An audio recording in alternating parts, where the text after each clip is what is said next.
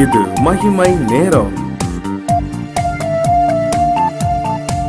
இயேசு கிறிஸ்துவின் இன்பமான நாமத்தினாலே உங்களை வாழ்த்துகின்றேன்.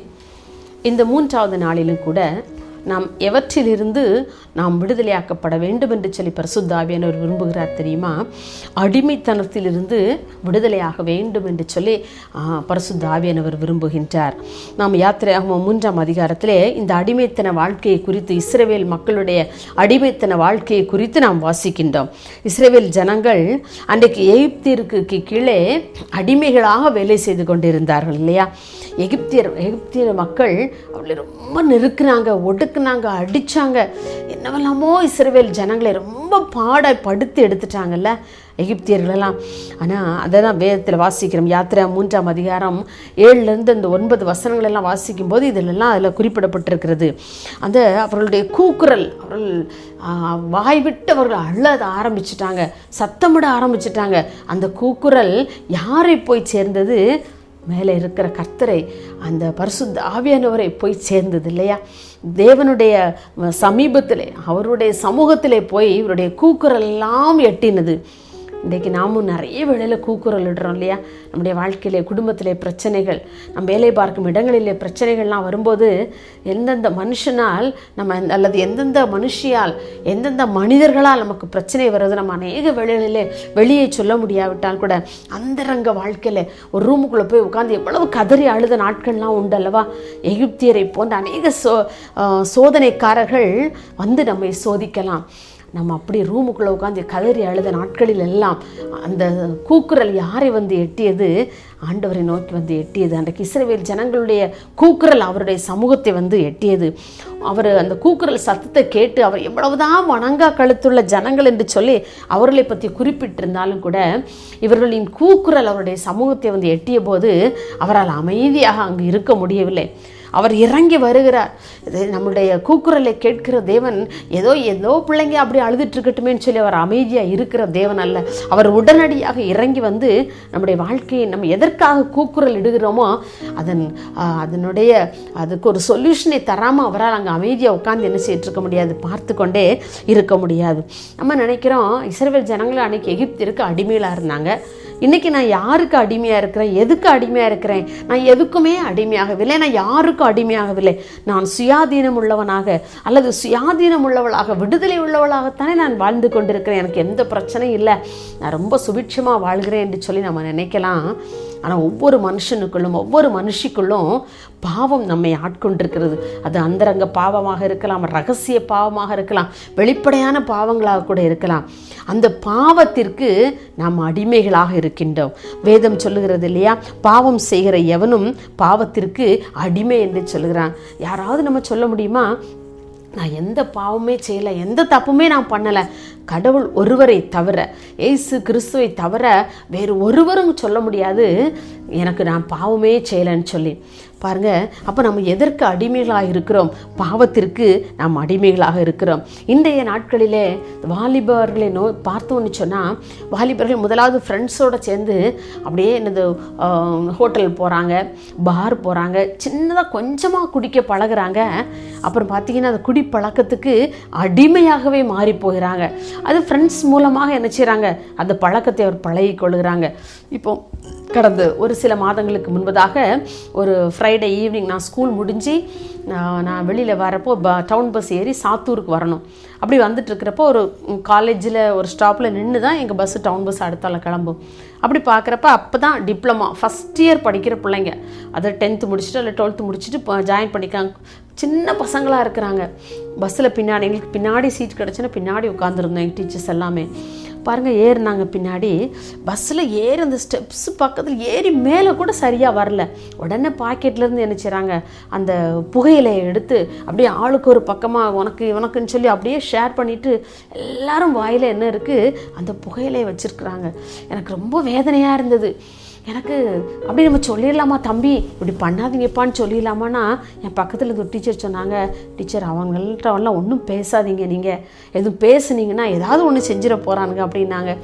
நான் நினச்சேன். ஆனால் என் மனசில் ரொம்ப வேதனையாக இருந்து நான் ஜெபம் பண்ணேன், ஏசப்பா இந்த சின்ன வயசில் அவங்க எதுக்கெல்லாம் அடிமையாகி போகிறாங்க பாருங்கள். நீங்கள் இப்படிப்பட்ட பிள்ளைகளிலிருந்து அவர்களுக்கு அவங்களுடைய அடிமைத்தனத்திலிருந்து நீங்கள் விடுதலை கொடுங்கப்பா. இந்த வயதிலே அவர்கள் நன்றாக கல்வி கற்று நல்ல ஒரு உயர் பதவியில் இருக்க வேண்டிய பிள்ளைங்க படிப்பிலே கவனம் செலுத்த முடியாமல் இப்படிப்பட்ட தவறான பழக்கங்களுக்கு அடிமையாகி போகிறார்களே என்ற வேதனை எனக்குள் இருந்தது. நான் உண்மையிலே சாத்தூர் வர்ற வரைக்கும் நான் யார்கிட்டையும் பேசலை. அப்படியே மனதுக்குள்ளாக ஜெபித்து கொண்டே இருந்தேன். ஏசப்பா, எப்படியாவது இந்த பிள்ளைகளை திருப்புங்க, யார் மூலமாவது நீங்கள் இந்த பிள்ளைகளோடு பேசுங்க என்று சொல்லி நான் ஜெபித்து கொண்டே இருந்தேன். எனக்கு பார்த்த நேரத்திலிருந்து எனக்கு வீடு வந்து சேர்ற வரைக்கும் எனக்கு ரொம்ப மனசுக்கு ஒரு வேதனையாகவே இருந்தது. பாருங்க, எத்தனை காரியங்களுக்கு எத்தனை பிள்ளைகள் அடிமையாகி போய்கொண்டே இருக்கிறார்கள். இன்றைக்கு நாம் கர்த்தருடைய ஆவியை நாம் விசுவாசித்து, கர்த்தருடைய ஆவி எங்கே உண்டோ அங்கே விடுதலையும் உண்டு என்று சொல்லப்பட்டபடி நம்முடைய வாழ்க்கையில பரிசுத்த ஆவியானவர் இருக்கும் பொழுது மாத்திரம்தான் நாம் இந்த அடிமைத்தனத்திலிருந்து நாம் வெளியே வர முடியும். இல்லை என்று சொன்னால் நாம் அடிமையாகவே, நாம் எதற்கு அடிமைப்படுத்தப்பட்டிருக்கிறோமோ, எதற்கு அடிமையாக நாம் ஜீவித்தோமோ அதற்கு தொடர்ந்து நாம் அடிமையாகவே நாம் இருந்து கொண்டிருப்போம்.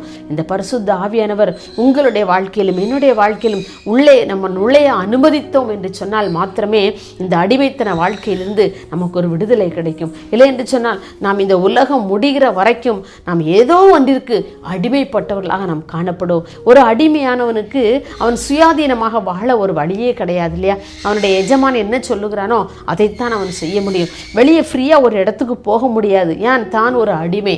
அவங்க எங்கே கூட்டிகிட்டு போகிறாங்களோ அல்லது எங்கே போன்னு சொல்கிறாங்களோ அங்கே தான் நம்ம என்ன செய்ய முடியும்? போக முடியும். அப்படிப்பட்ட ஒரு சூழ்நிலை இன்றைக்கு ஒருவேளை இப்படிப்பட்ட சூழ்நிலையிலே பாவத்திற்கு அடிமையாகி போய் என்னால் விடுபட முடியவில்லையே, இந்த பாவ அடிமைத்தனத்திலிருந்து என்னால் விடுபட முடியவில்லையே என்று சொல்லி ஒருவேளை நாம் கலங்கி கொண்டிருக்கலாம்.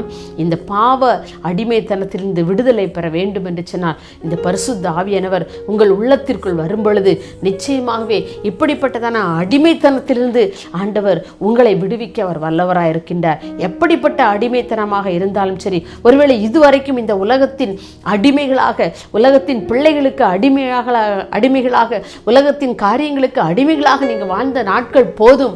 ஆண்டவரிடத்தில் சொல்லுங்க, ஆண்டவரே, பரிசுத்த ஆவியானவரே, நான் இத்தனை நாட்களும் வாழ்ந்த நாட்கள் எல்லாம் போதும் ஆண்டவரே, அடிமையாக வாழ்ந்த நாட்கள் போதும் ஆண்டவரே, இனி உம்முடைய பரிசுத்த ஆவியை எனக்குள் கொடுத்து நான் உமக்குள் பரிசுத்தமாய் வாழ நான் ஆசைப்படுகிறேன்.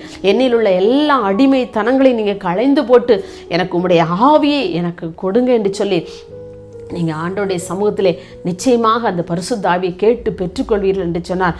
நிச்சயமாகவே உங்களுடைய வாழ்க்கையில் உள்ள அடிமைத்தன வாழ்க்கை திரும்பி நீங்கள் நிச்சயமாக ஒரு விடுதலையுள்ள ஒரு வாழ்க்கை வாழ்வீர்கள் என்பதிலே சந்தேகமே இல்லை. அப்படிப்பட்ட கிருபைகளை தர ஒவ்வொரு நாளும் நம்ம ஆண்டோடைய சமூகத்தில் நிற்க வேண்டும். காலையில் எழுந்தவுடனே ஆண்டோடைய சமூகத்தில் நிற்கணும். ஏசப்பா, நான் இன்னைக்கு உலகத்துக்குள்ளாக போகிறேன், என்று வீட்டை விட்டு உலகத்திற்குள்ளாக கடந்து போகிறேன். எந்த அடிமைத்தனத்திற்கும் எந்த அடிமையான நுகத்திலும் நான் மாட்டிக்கொள்ளாதபடி என்னை நீங்கள் பாதுகாத்து கொள்ளுங்க. பரிசுத்த ஆவியானவர் நீங்கள் என்னுள் இருந்து எனக்கு நான் எதிலும் மாட்டிக்கொள்ளாதபடி என்னை பாதுகாத்து கொள்ள வேண்டும் என்று சொல்லி நாம் ஒரு நிமிடம் நாம் ஆண்டவருடைய சமூகத்திலே ஜெபிப்போமா? மகா இரக்கம் கிருபை நிறைந்த அன்புள்ளே சாமி, இந்த அருமையான இந்த 3ஆம் நாளின் காலை வேளையில் கூட உம்மை நோக்கி பார்க்கும்படியாக கொடுத்த கிருபைக்காக உம்மை நாங்கள் ஸ்தோத்திரிக்கிறோம் ஆண்டவரே.